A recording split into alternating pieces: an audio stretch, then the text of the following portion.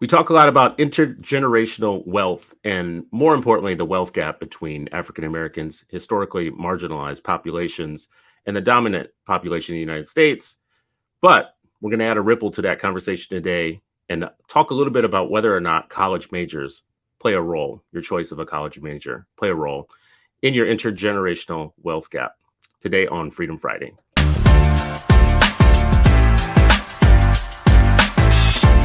It is Freedom Friday, and you are still not free.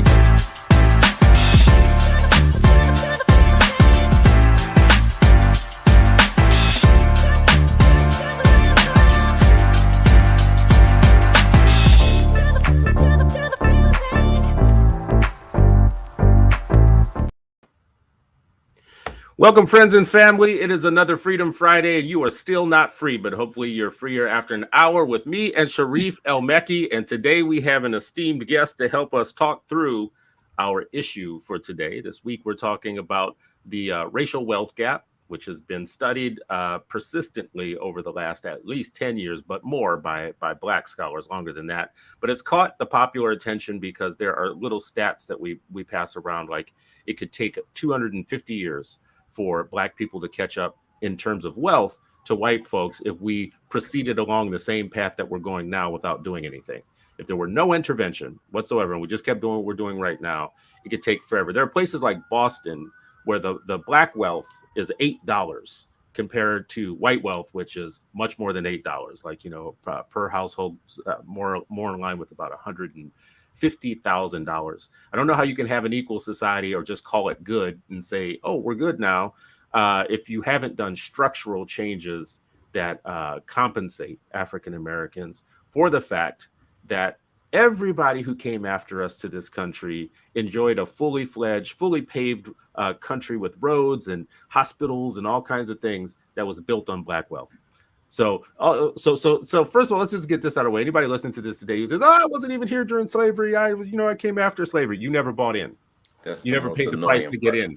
You came to a fully fledged country. You came from a shithole country to one that was fully fledged, going and everything at it. And you know where that came from? That came from the initial investment that got the economic engine turning in the United States. And it came from a thing called Black labor. Black wealth.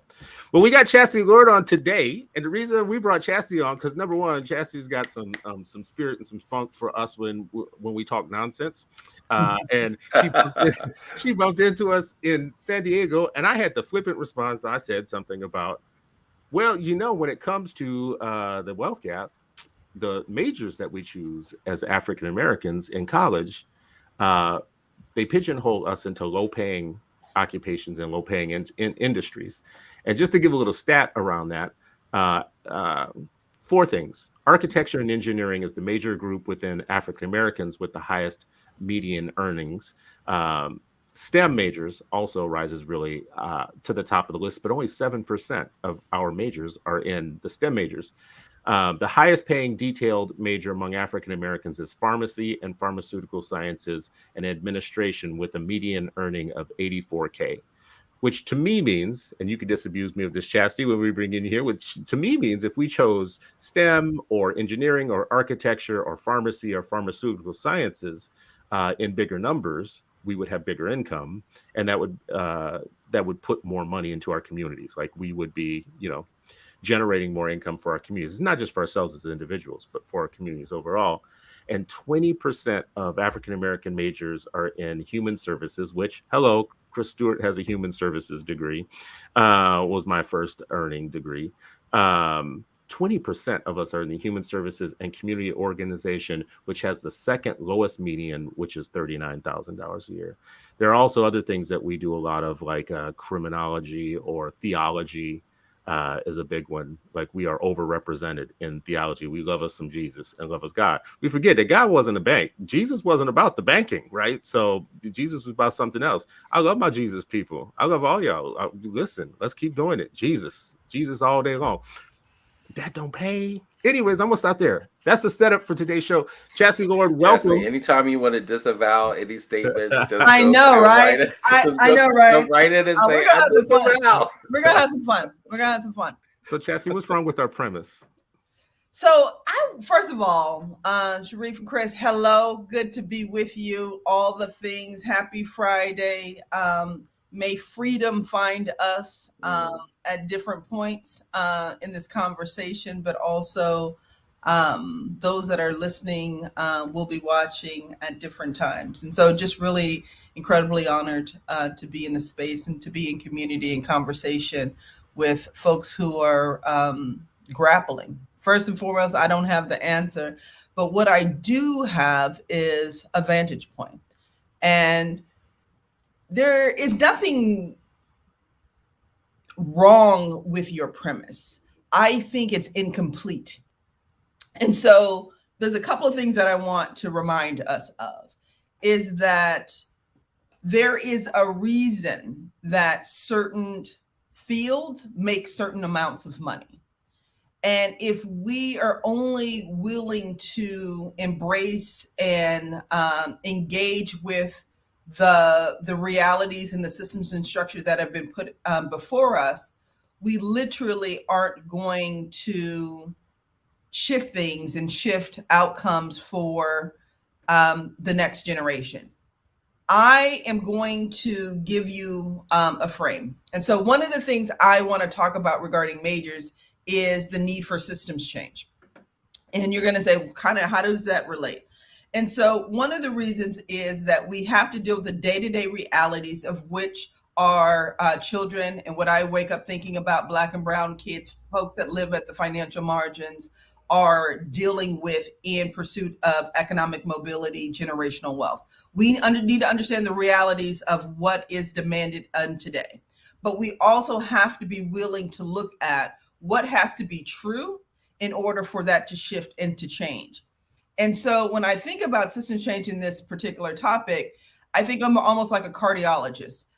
When someone has a heart attack, stick with me. When someone has a heart attack, the cardiologist understands that their responsibility, and I'm just going to pull in my little Grey's Anatomy knowledge here, is to stabilize the patient. You know, do the EKG, do the defibrillator, kind of whatever it is to stabilize the patient. But pretty quickly, you know what that cardiologist does, Chris and Cherise? They start to get at the root analysis, the root cause, literally in the same time frame. They start to ask, what do you do professionally? What's your diet? What are your stressors? What's your health history? Because that cardiologist understands they're in the business of stabilizing the patient, but also preventing the next heart attack. And what I want us to have a conversation about today regarding these majors is we're going to deal with the day-to-day reality in which we find ourselves in 2023. But let's be very clear and not have an incomplete conversation around what is required to actually prevent the arbitrage, to prevent the inequity that sits at the nexus of this. And so, yes, today, majority culture in so many ways have predetermined what is valuable and what is not valuable. I get it. And we just can't talk about majority culture. We also have to talk about gender. And we have to talk about certain roles and professions that are disproportionately underpaid because they are held by women, disproportionately held by Black and brown women. If you want to talk about early childhood, you want to talk about, I know. Chris doesn't agree with that. Pardon? Keep going. I said Chris doesn't agree with that, but keep going. I tried to convince him, but I didn't have the heft of knowledge that you have. Don't talk for me, brother. To combat Stop it. So it's not that your premise is wrong, it's incomplete. And it's just dealing with how to fix the heart attack, and it's not willing to be in conversation around how to prevent the next one. And so we have to be willing to do both because our children deserve that. That's what I talk about at my Thanksgiving table. It's not just around trying to fix it. It's around trying to get at the root cause of what created the written and unwritten rules that we have to operate within. So quick question about that.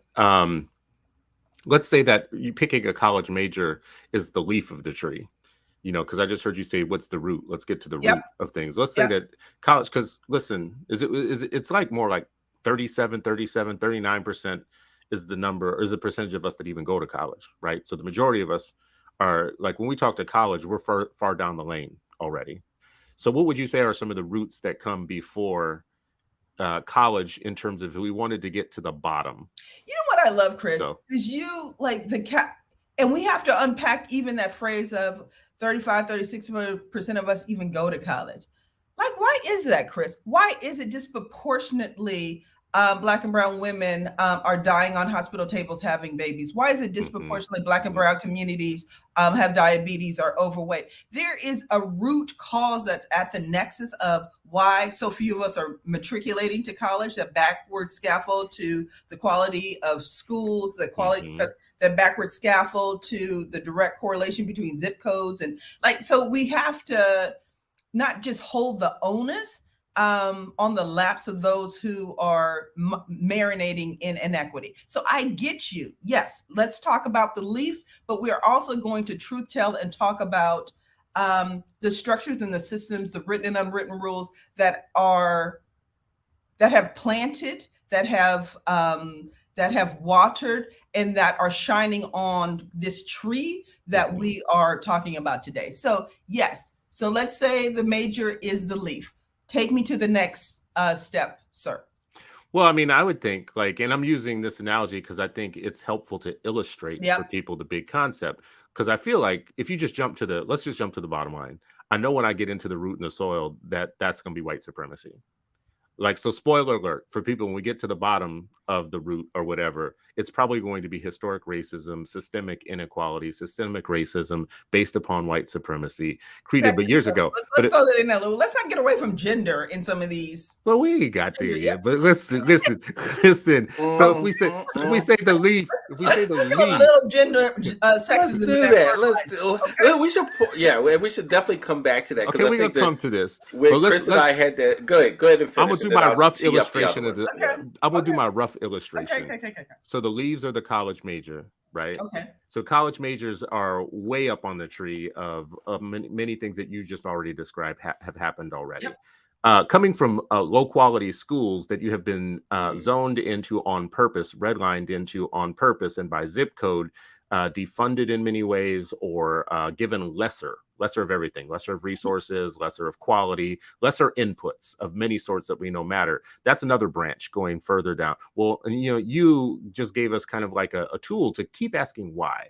So why was I redlined into these zip codes that had lower health outcomes, lower lead in the water, and more buildings with asbestos, and fewer services, and more over policing and whatnot? If I keep asking why, I'll say, okay, well, that happened many years ago. That goes back to the early 1900s of zoning on purpose, whatever, and it was because of racism and creating of systems post-slavery, the need to create systems that still controlled us and exploited us, but couldn't be so explicit, as explicit it had been before. So if I keep going down that route, that's exactly where we get to. We get to the control of Black people by white people in the United States for economic gain, to put a premium on whiteness and white ownership and white property of things. So there you go. I feel like that's the tree in a lot of ways, and you can't get away from any of that. It just is what it is. In terms of, like, people could argue about whether or not that's true, but it's empirical and historical fact that that's exactly how we design communities, how we design the places. We didn't end up in big numbers concentrated in places the way that we have in the United States by accident. Part of it, yes, was our own migration, but part of it was by design. But Chris, we don't have to go back to Harriet. We don't have to go back to 1954 to talk about, or 65 voting rights. We don't have to go back there to talk about the inequity. I want us to think about 1985. I want us to talk about 1970. Folks have heard me talk about, I am someone that has benefited from the social safety nets in this country. I am destabilized housing. I am Section 8. I am public assistance. I am the cheese program, the busing program, the arts in schools. I am Perkins. I am Pell Grant. I am all of those things. And literally, it has played out in an incredible way for me and my sisters.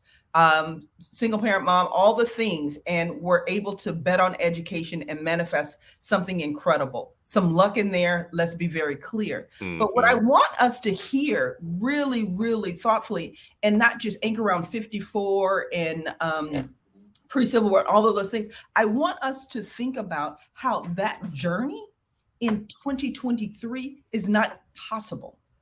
Literally, Perkins doesn't exist. We've eroded the Pell Grant. It has gone down. The cost of tuition has gone down exponentially. Free or reduced lunch. They're shaming babies in the lunch line for lunch, and whether or not you have something in your account or not. The whole idea of arts in schools, if you can afford to contract an art teacher, you can play an instrument if you can rent one. I want to be very clear, this whole idea that the erosion and the inequity and the supremacy is something of the past. It's also literally the social safety net that had produced so many of us, things like the GI Bill, those investments that, could you imagine us doing that in 2023 and it not being called an entitlement program? It not being called a socialist. It doesn't exist. It's deeply, deeply fragile. And so it's important that we remember that the erosion and the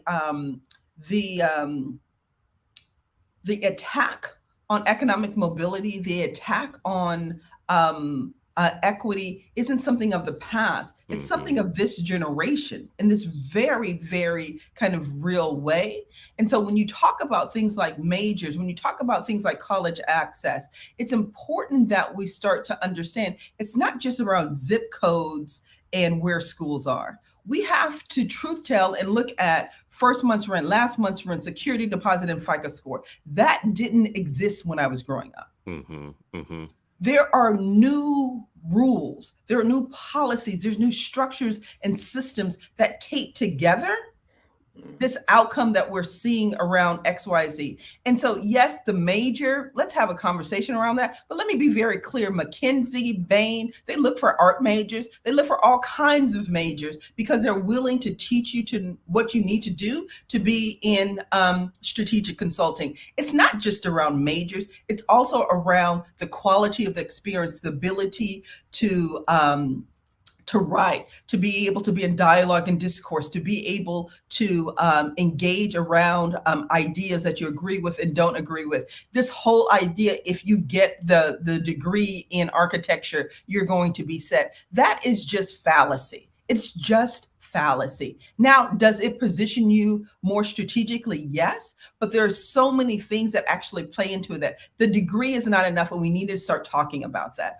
We also need to start talking about that the degree is not the thing that is going to produce economic mobility. There are lots of other variables in the equation. I'm not saying it's not an important variable, but it is not the independent one. And you can have other things and not have the right degree, and you could be fine. And so there's lots of things that we need to talk about. It's not just something of the past, it's something of the present. We also have to think of like new structures, systems, inputs that are playing into this conversation. And we have to look at the other variables in the conversation. You can tell I'm not excited about this. No, I want to see what Sharif has to say about it, because I know he can probably say what I would say about it.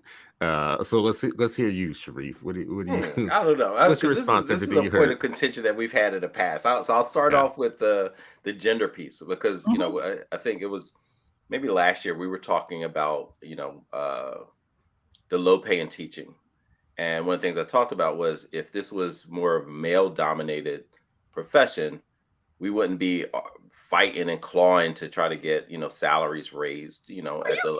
Of course it wouldn't be. Of course it wouldn't be. Chris slammed that argument and said, "No, that's not true." Blah, blah, blah. You know what I mean? He was like, "No, there are other factors." And I was like, "No, like this Who gets paid the most in corporations and organizations? Where do we have to fight for pay disparity? Is it because women are getting paid more than men? No, that is not the dominant argument. If it's showing up across all different organizations and companies, why in the heck do we think it wouldn't show up within an industry? Yeah, I couldn't imagine that. I will say this much, and keep going, Sharif, but this is just the one piece that I'm going to add, because I'm Chris Stewart and I like to add contrarian pieces. Good. It wouldn't be right if you did. Go ahead.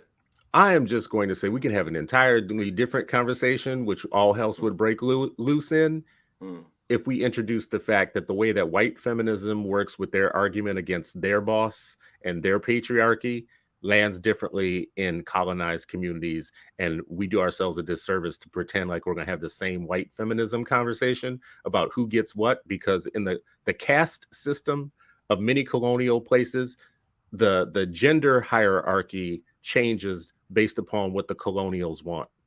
And there are times where they put light-skinned people ahead of dark people, and there's places where they do the opposite, and they start wars with that. They put women above men and men above women. And listen, the colonial system is deep.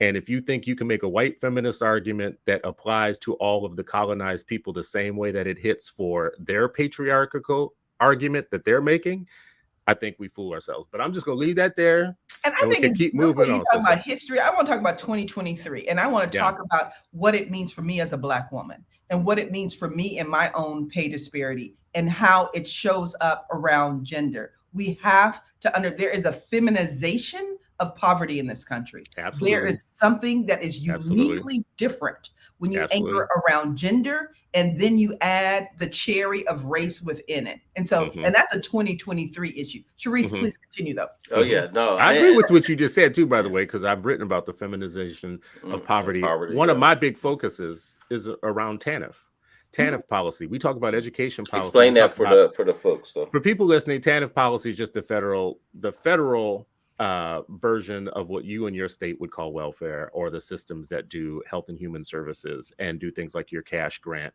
your food, if you need food assistance, your government assistance programs often have a federal origin or wellspring that comes down to the states. And that policy in 96, I heard you say something, some different dates, like in the 80s, but I would say I was just talking about my generation. I'm just bringing it home because in my generation, Bill Clinton, Bill Clinton changed welfare law in the United States. He signed on to the Contract on America from Republicans and changed a lot of those social safety nets, and he did it under a Democratic platform. So we had a lot of people in the 90s, in the late 90s, in 96 specifically, signing on to a overhaul of the social safety net that was actually feeding a lot of families, mother-led families. It did feminize poverty. It introduced work requirements that were weird. I'll give you like one weird example. Not weird, particularly cruel example. And this came from Al Gore. They said, well, we got these brownfield sites that we need to clean up, and we've got these women on welfare that we need to employ and make work and get to work. So why don't we put moms in hazmat suits to clean up brownfield locations and make them do it as a condition of getting their shitty little cash grant that they get and their food stamps? Not paying attention to the fact that just when you take off that suit doesn't mean that you're done for the day with all the toxins in your body, and you're carrying that into. Now, any fool could have told you that this is not something that you should do to people that are going home to babies and young children and still breastfeeding. But this became a part of welfare policy in the United States that, from the Democratic side, by the way, like, who we're all voting for, because it was kind of like the get tough on crime and super predators was for males. The get tough on the welfare moms was the TANF policy. We pay attention to the criminal justice policy that came out of all of that. We don't pay a lot of attention to the TANF policy that came out of that. And that arguably was more destructive, because that was households with families. That was mothers. Like, that was the people who are raising the next generation of people. So in some ways, this is where I'm going to agree with the patriarchal argument.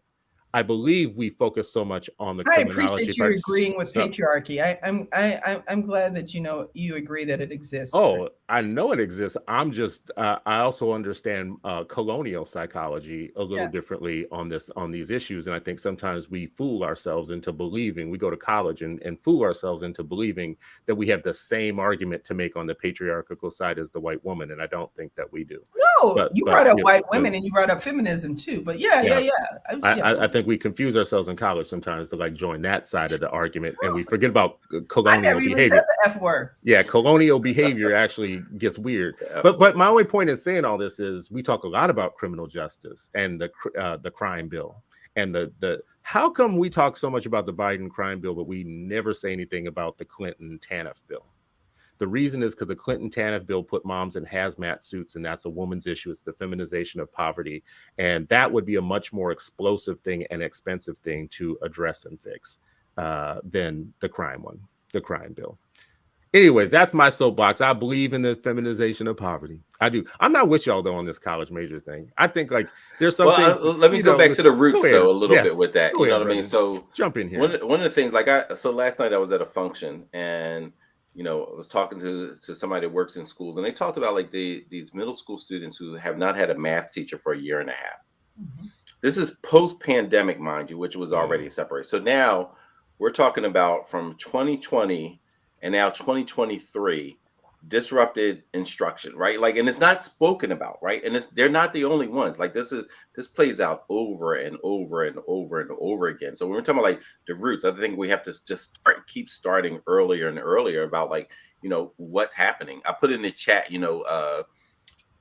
Mr. Hardy, David Hardy, was really leading a campaign a while ago, like Black Degrees Matter. He was, and his premise was like degrees, period. Like we have to, but he was like, when you peel it back, 87% of Black boys were getting no post-secondary education at all.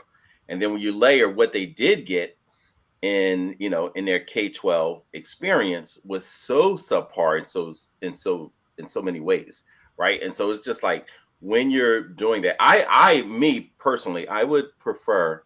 I love like the strength find, the strength based assets, all those kind of things. And so I would actually prefer that Black youth get their degrees in whatever's they're gonna feel whole and most creative and most curious about, because I do believe most things you can actually, the on the job training is the most important. Unless it's something very discrete, specific skill.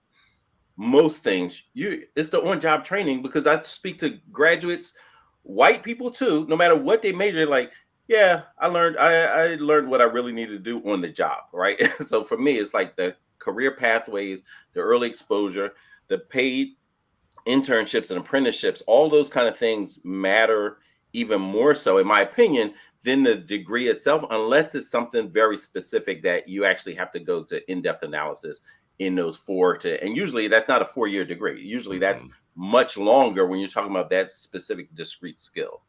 It's a 4-year degree. I think for the most part, get it where where you can, how you can, as long as it's making you better, smarter, more connected, more whole, all those kind of things. Because at the end of the day, you're gonna have to problem solve. You're gonna have to have high EQ. You're gonna have to the emotional intelligence. You're gonna have to have a network. It's like so many other factors.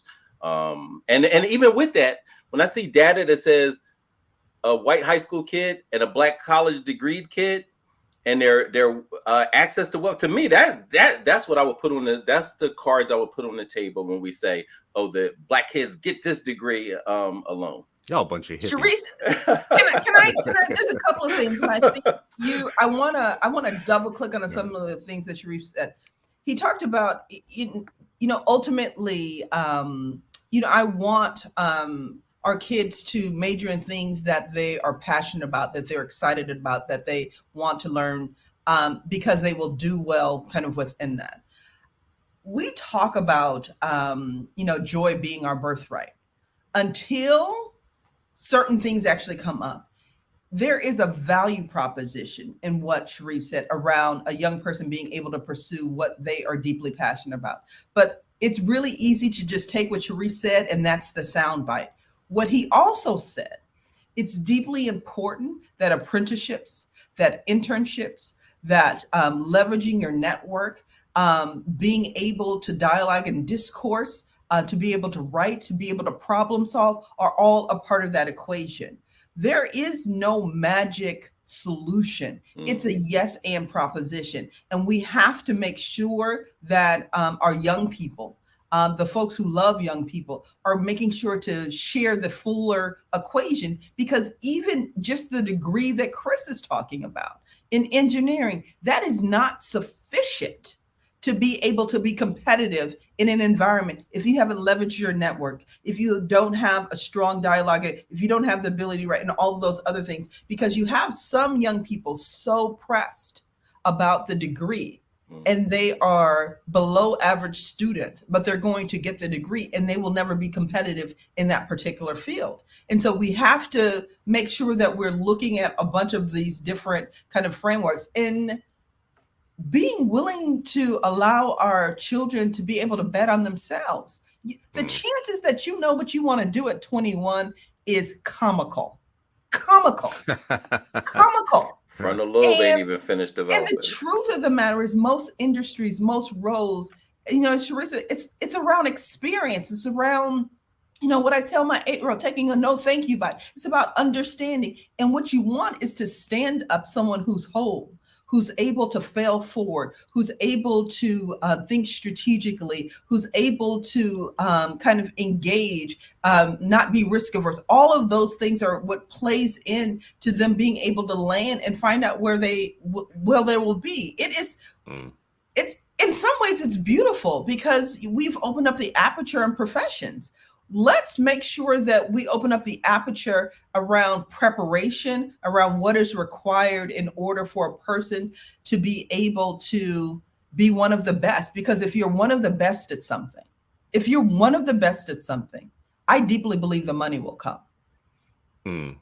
And how do you actually go about engineering that? And that requires a hygiene. That requires you to read, for you to stay mindful about what's going on in the field. There's so many things that kind of play into it. And I think sometimes in an effort to engineer success, we limit the equation, and we know you can't engineer success. It's just not foolproof. It's not foolproof kind of at all.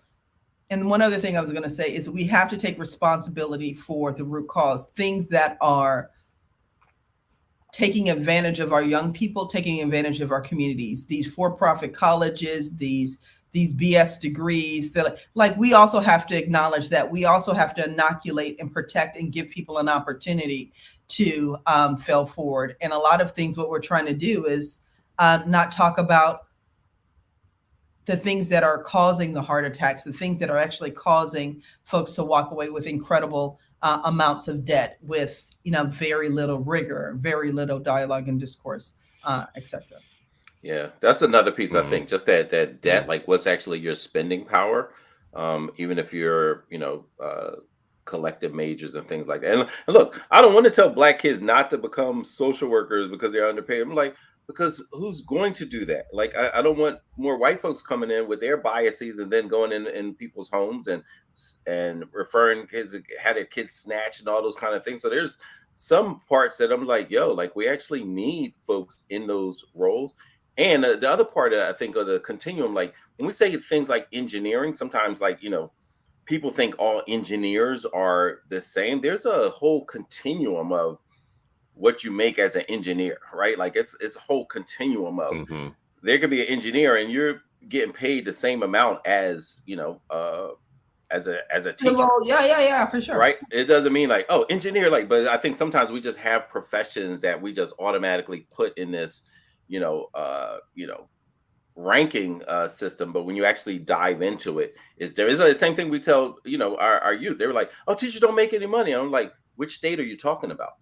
Because Mississippi teacher pay and Massachusetts teacher pay are very different. Massachusetts is still not good, though. Massachusetts is better than everybody else, and they're still not good. Well, I'm just saying, but like in lower, and again, it also challenges. And it costs more to live in Massachusetts. So yeah, that's but I would thing, also challenge people: don't just look at that first year starting. Look at the entire thing. So we did a whole thing with students around the economics of education and what that means. And if you can get your degree in education debt free, right, and you can get a degree, and depending on what you teach, and also like what's your calendar as a teacher is 200 days on, right? 180 days teaching, another 20 days of professional development.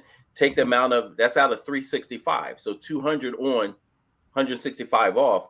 What that 165? How do you renew yourself? How do you like regenerate? How do you do the thing? But also, what's a hobby or something that, as Chastity said, that you may be very, very good at? Multiple streams of income. Yep. And that's for any Black folks anywhere. You should have multiple streams. Why not think about that as an educator? But all the time, it's like siloed the conversation. When we did the economics of it and added also the health and benefits that some places pay, the students were like, "Oh, this is like." Why was I thinking? I was like, just because people tend to repeat things that they hear. Oh, teachers don't make it. And like when they saw like, oh, after, and depending on where you are, right? Like you can, you might be 90, 95. I just looked at the new contract, like a certain part of the, after a certain amount of expertise and things like that, you're getting, it's a bump. It's not just where to start. That's not the forever date.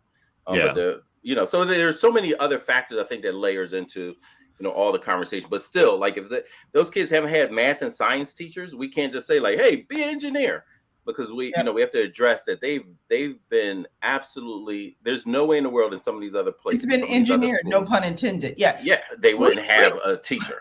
I would be shame in myself if I would be remiss if we didn't acknowledge that college education has it used to be around economic mobility. We are talking about just baseline, just to be able to live.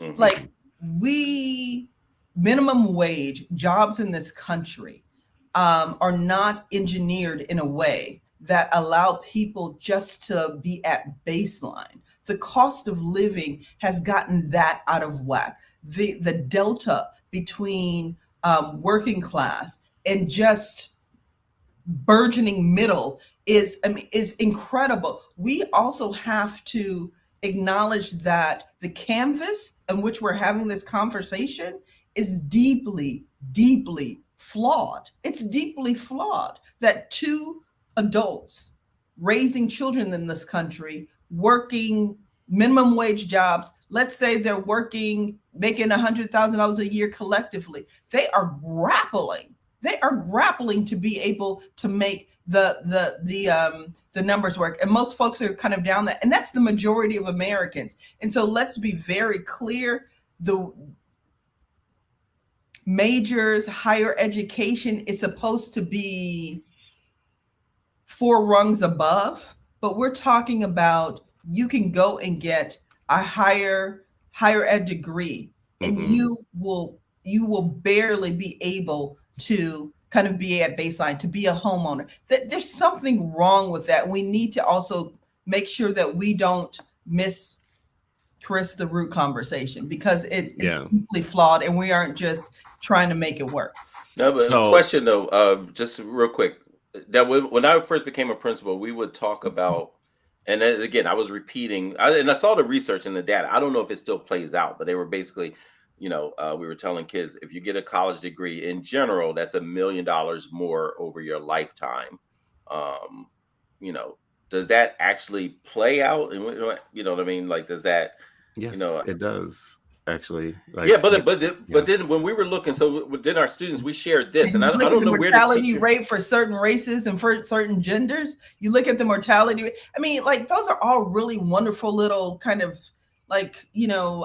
realities is what they are. I mean, let me introduce violence into this conversation. Dr. Charles Cole, our friend of the show, likes to say in a lot of these discussions we have, there's the right answer, like the thing you're supposed to say, and there's the real answer. There's the reality, right? So the right thing in all of this to say is to talk about the way that the systems have been engineered against us, to talk about white supremacy, to talk about the barriers, to talk about the Chris, you need to talk about, like, right now. There's all those things that I just said. All those things I just said are right now. All those things are right now. They're like literally right now. Still in motion. It's not. It's I didn't say they weren't though. I didn't. I'm talking about those things as of right now. Like this moment. Okay. Yeah, like taking away people's voting rights, taking, gerrymandering people into low opportunity sections of cities and states on purpose, watching health, making women have children that they may not want. Yes. Well, or knowing that you had a 300% increase in special ed in Flint, and then you found 27 other states or 27 other communities that had higher lead levels than them, and you knew that it was the lead, and you did nothing about it, even though you had the data that showed you had 300% increase in all those things.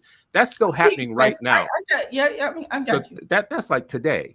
Still, take all of that into account. That's the right thing to talk about, except for I start thinking, in some cases, we have a theology of anti-success in some other places too, though, because you do just get paid more if you become a pharmacist than some of these other majors. That's just a reality. I don't care, I don't care about everything else that we just said. There are just things you can choose to do. So there's a couple of things about success in the United States, however we define it. But if it's material success, if it's wealth and material success, There is a nation of people waking up going to jobs that they did not dream of doing in their 5th grade.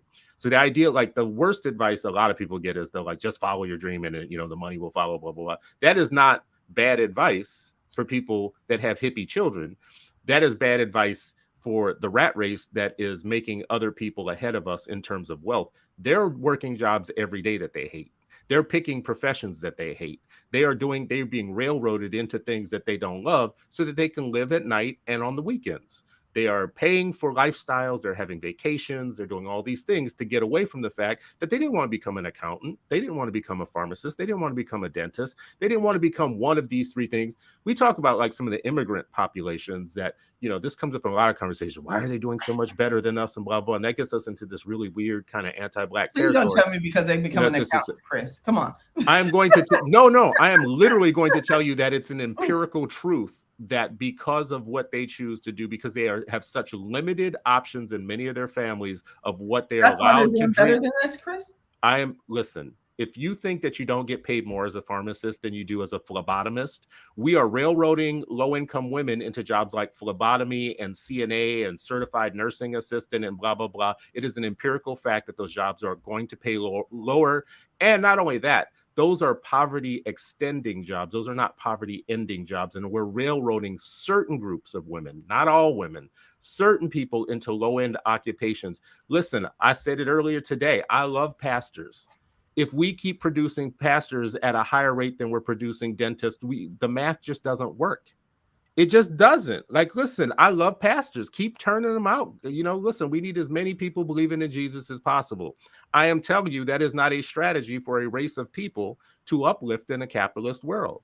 Whether I like capitalism or not, I am just telling you, if you give me 2 groups of people and you don't tell me who's who, but you give me 2 groups of people, and this one is heavily loaded with dentists, doctors, anesthesiologists, blah, blah, blah. Keep going down the list. And this other one is pastors, teachers, social workers, human resource workers, activists and advocates and blah, blah, blah, running around in the street or whatnot. I can tell you by looking at those 2 different portfolios, what their wealth profile is going to, like their wealth outcome and outlook is going to be, regardless if there's racism or not, because the ones who are Black, who are in that group that have all those fancy titles and whatnot, this is the part that's so funny to me is, if you take everybody else out of the equation, the Black folks that are doing the best, the ones that are eating fancy meals, the ones that are getting the meals with the, the clarified butter for their lobster and everything else or whatnot, are not the phlebotomists. They are not the CNAs. They are the ones that actually did, even if they hate the job they're doing, even if they hate the degree that they're doing, whatever, materially, they're doing better. Chris, I intellectually understand what you're saying. I intellectually understand what you're saying. I intellectually do. Okay. I want you to know, I hear that. It's too binary. It's too binary. And it is, and it eclipses so many incredibly important inputs. What you're saying might be relevant for 20% of the people we're talking about. You have the ability and you have the aptitude and you have, as Reese said, the luxury of being able to have access to incredible math, science, and you are good at it and you're able to be competitive, and you should go and pursue XYZ even if you don't love it. So that is a percentage. There's a percentage who are never given the opportunity and the tools to be able to be competitive in certain fields, that they're going to be able to achieve the degree that speaks to what you're kind of saying. And we have to also talk about the incredible unfairness of that. They could have had the aptitude kind of if we would have produced kind of XYZ. And then there is a group of folks that even with the degree, even with a love and fill in the blank, they may not have the opportunity to excel at the same level. And then, I mean, we can kind of keep going down. There is no like one size, and that's where I get it makes me uncomfortable, because we're deducing it to, if we just do more engineers, more accountants, more ever, we're going to be like X race or X particular immigrant population. And it's just a deeply flawed premise. But it's important to think about. It's important for us to understand that part of economic mobility may also include not being able to do what you love full time. And you're able to do that kind of on the side. I just need part of know, economic mobility may also include us looking at policies, the written and unwritten rules that are influencing this deep inequity that is happening in our lives. Part of economic mobility is also looking at the cost of living and what we've engineered around of just the ability to live in this country.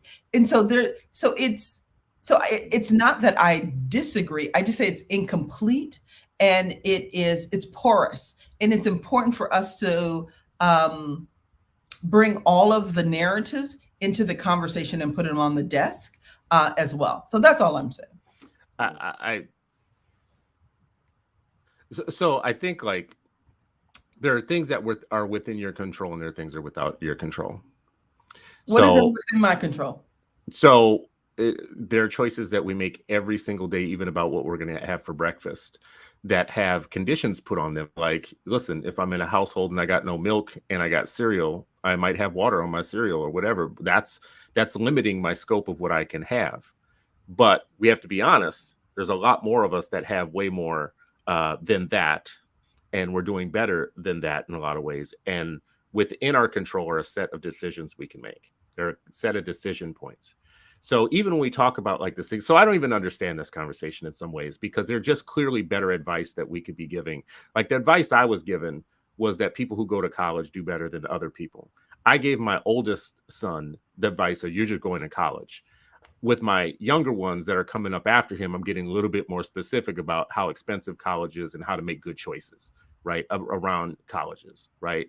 That comes from experience and over time of knowing. And they have access to be able to make better choices, to be able to choose milk over water. And you've got to acknowledge that, because of the schools, because of I don't have to acknowledge it the way that you're saying, though, because what I'm saying is, like, I don't want to keep falling into the hole of what people can't do, when in fact the point that I'm making right now is that there are people who are paid to advise young people, and counselors who are paid, who are not giving young people the full scope of the knowledge. They're not tipping them to the entire game. How much debt are you going to come out with? Why do you need that much debt to do the thing that you're going to be able to do? Is it even smart to pursue that thing or whatnot? We have been so general, just go to college. We've been so general.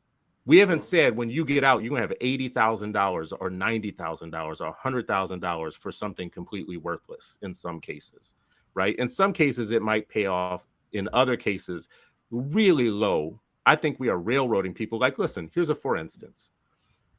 This is going to sound really bad for this conversation, this whatever, but this is, to me, the real stuff versus the right stuff that we're supposed to be talking about. We have schools that talk about 100% graduate or college entrance from our school. If you go to our school, 100% of our people go. I can guarantee you a good percentage of that 100% of people were given bad advice just to get them into college, just to say, like, you're going to be part of our 100%. Some of those young people were given advice that's going to be very expensive, bad advice on what they pick. That's within our control. It's within our control to educate people about the costs, the benefits, the lack of benefits, whatever. So we don't just throw our hands up to educate people what is causing the heart attack, what is causing this incredible disparity regarding the cost of tuition, the cost of college, what is causing this incredible disparity regarding the quality of preparation. It's a yes and conversation, and we just have got to talk about. I will agree with that. I will say that we've got to, but we've got to educate kids around that too, because just don't go get yours. You have to understand Right, but you're Why about to is make a this set buying up this decision way? right now, today. You're about to make a buying decision today. I can teach you about all the higher principles of why we should not have any interest on college loan debt, why there is even such a thing as college loan debt. We can talk about all the Bernie Sanders stuff, but you're about to make a decision next week that is about to put you on the hook for $80,000. I need to give you some real advice right now. We could talk about the Bernie Sanders stuff too. Yes, it is a both and. I can educate you to both. But before you sign this document next week, listen, we're about to end a school year right now. There is a whole group of people right now at the end of this school year who are being given very expensive bad advice for their next step that they're about to do. I actually don't think there should be such thing as interest on a government loan for education. I actually don't think that college education costs anything. So yes, I'm interested in all those kind of higher level Bernie Sanders discussions. But at the same time, I as of won't give next it to month, Bernie, but I appreciate you. I'm not going to give Bernie all that I'm goodness, giving but yeah, Bernie, like, listen, Bernie's the one in political world who will yeah. fight on the Hill for this, and I will be there at the same time. You're showing your cards, Chris. You're showing your cards. At the Sharice, what same are you time, about to say? What were you at going the to same say? You were going time, to say something. What were you gonna next say? month, a lot of people getting railroaded next month. Yeah, I mean, what I would say, and I'm speaking from a principal of a high school for those 11 years, and I was really grateful that what we a couple of things, when we had like a $1 million budget cut in our school alone, it was $1 billion across the state. It hit us for $1 million. One of my advisors said, no matter what, don't cut science, writing, and your social worker, because we were thinking again like that long term problem solving and all the other skills necessary for someone, no matter what they choose to do. If they were able to analyze and critique things and write well, and have the emotional stability and intelligence, that they would chart a course. But the other thing that I was really proud of, that we weren't one of those schools that had like one guidance counselor for 500 high school students, or something like that. That is typical, probably, and dramatically. So we also have to acknowledge there are plenty of counselors who are still telling Black and brown kids that they should shoot lower than what their aspirations are, and tell them directly that you're not qualified. Like, that's not just Malcolm X being told, work with your hands, don't be a lawyer. That's today. Like, we can still talk to high school students around this country today and say, oh yeah, the educator in my life told me, like, no, you're not worthy of that. You're not smart enough for that. You need to, set your bar lower. But one of the things that we used to do was, again, talking about engineering, we wanted to both and that you're both talking about. We wanted them to have clear understanding of decisions today and the impact later. And so students would actually have to present what their college choices were, to staff and family. So they would lead the conversation of, here are my choices. Here are the 5-6 places I apply to. Here's why: the reach, the fit, and the guarantee, so to speak. And like this was a course.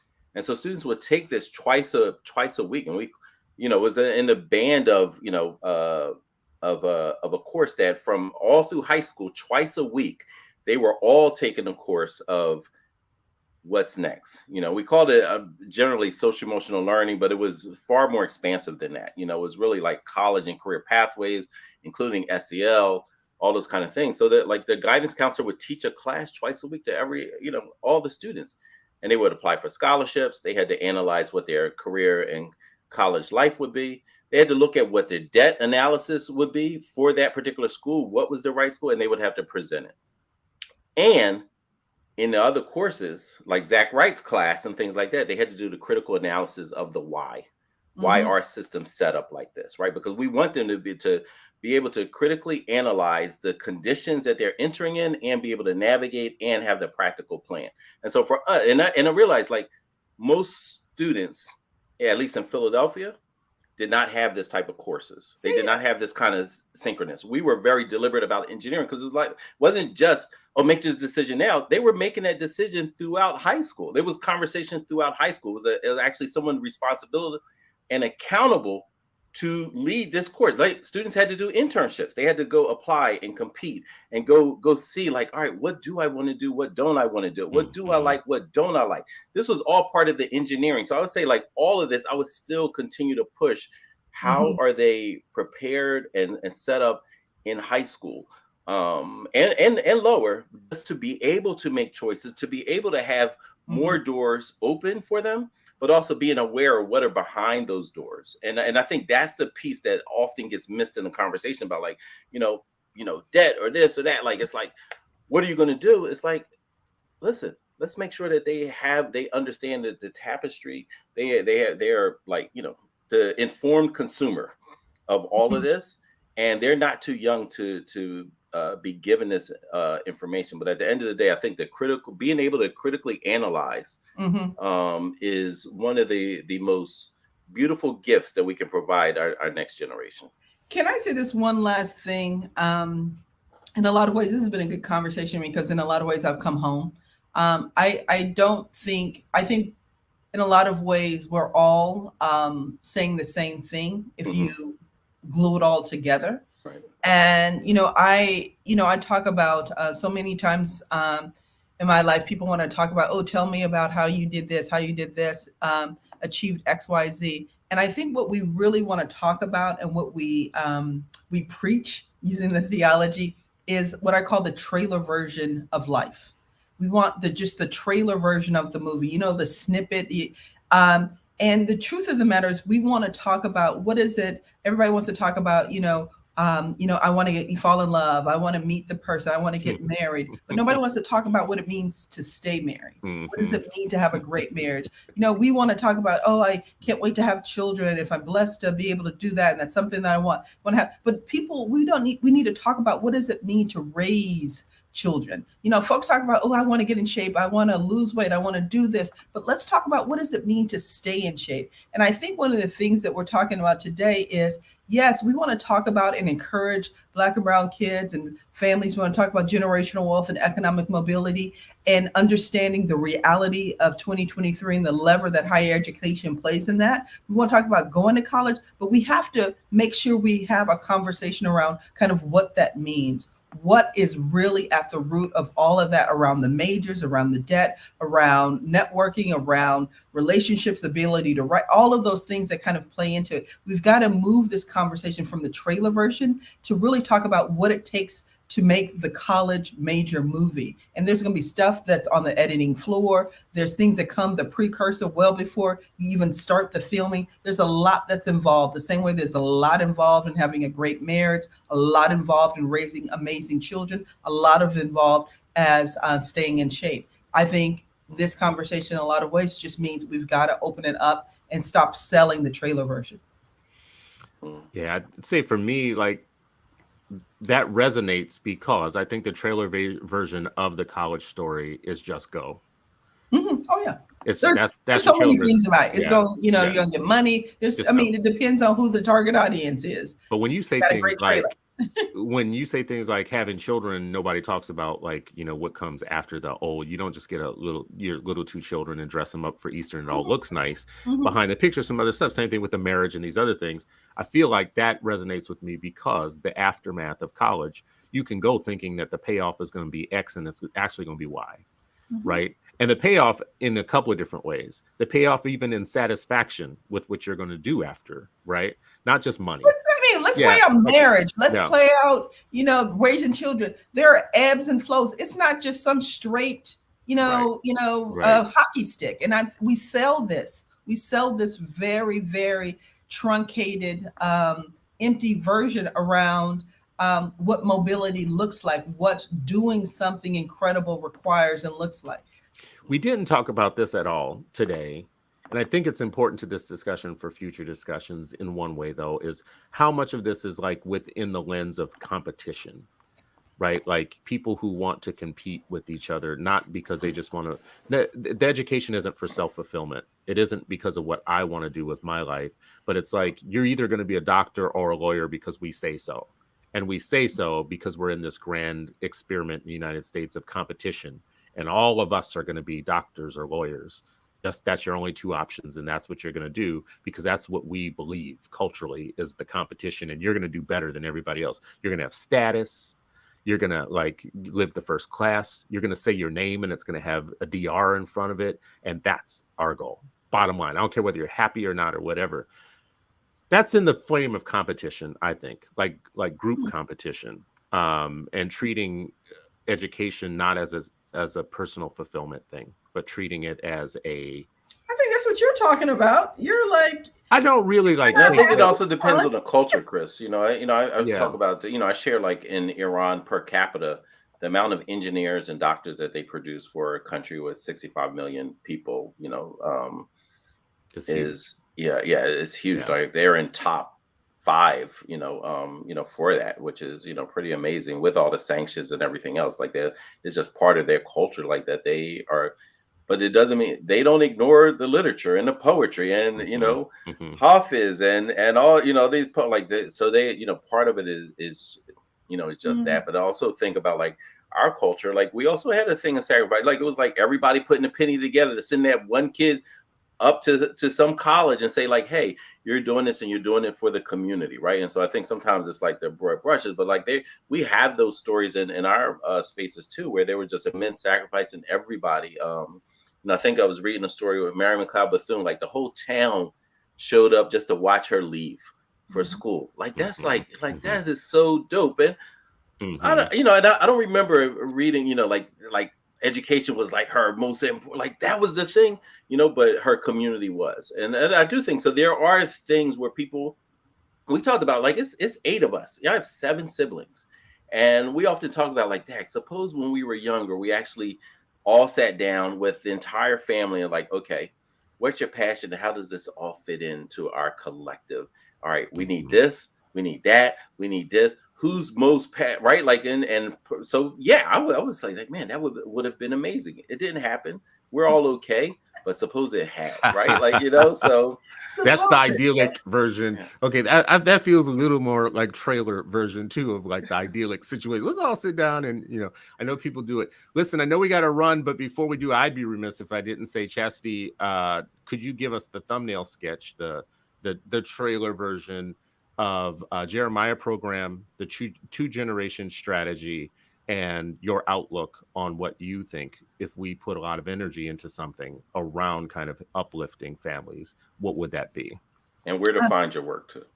The headline is, I talked about this, is that you can't talk about poverty, generational poverty in this country, without talking about the role of race and the role of gender. Good, bad, or indifferent, women sit at the nexus of generational poverty. And then when you add in Black and Brown, it increases exponentially. At Jeremiah program, which we lovingly call JP, we acknowledge that grown women, we don't bet on them. And a grown woman who's a single mom living at the financial margins is told to put her head down and bet on her kid. And we create a world that allows a mom to pick her head up, bet on herself, bet on her child, and also understand the role she plays in the community. Because a great mom will always choose her kid. And unfortunately, it is a binary choice that shouldn't exist. And good, bad, or indifferent in this country, as we just talked about, the role of higher education is the biggest lever for economic mobility. And we create a path for a mom to bet on herself, bet on her family, and be able to be that proof point that's in motion and pursuit of a college education. We work with over 2,000 moms and kids across 9 cities in the country.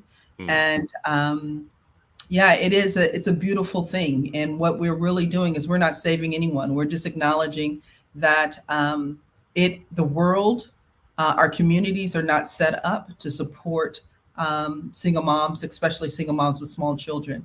And JP is the safety net that creates an opportunity for a mom to move from gratitude to agency. So check us out on jeremiahprogram.org. One of the big things I ask is just to join our newsletter. It's not around backpacks and what we're doing. It really is around narrative. We really spend a lot of time talking about how to reframe a conversation because there's a direct correlation between shame and economic mobility. People take themselves out of the conversation because if you want to cut me, question my parenting.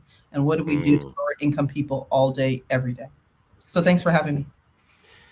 So I dropped the link for listeners. For listeners, you won't be able to see this, but for our friends and family that are with us watching this or will watch it at a later date, the link to Jeremiah program is in our feed here in our comments.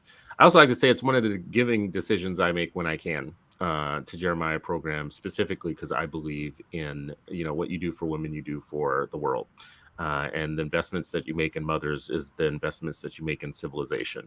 I had a whole kind of period of my life where that's all I studied as a strategy, thinking that it was my silver bullet. There is no such thing as silver bullet, but it was mine. It was the one that I thought, like, if I had to pull a big lever, this would be it. All of this is my send up to say, stop thinking that philanthropists are people that are billionaires that have lots of money. I always say it. We all can be philanthropists.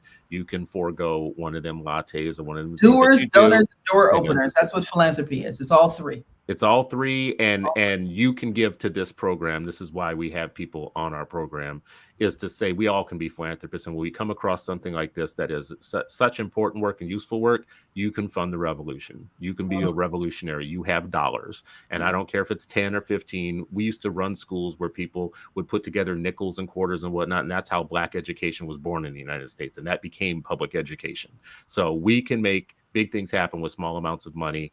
Don't feel like you're going to wait until you're ahead of everything to give a few dollars here and there. Give the Jeremiah program because I said so, not because Chastity is here asking for it, but because I said so. Damn it, because I want us all to have the agency and the feeling that we're investing in our own future and our own work. So Chastity, thank you so much for coming on, and we hope you will come back again. Thank you, Sharif. It's a great conversation, and really, I think it's just gluing all of our pieces together.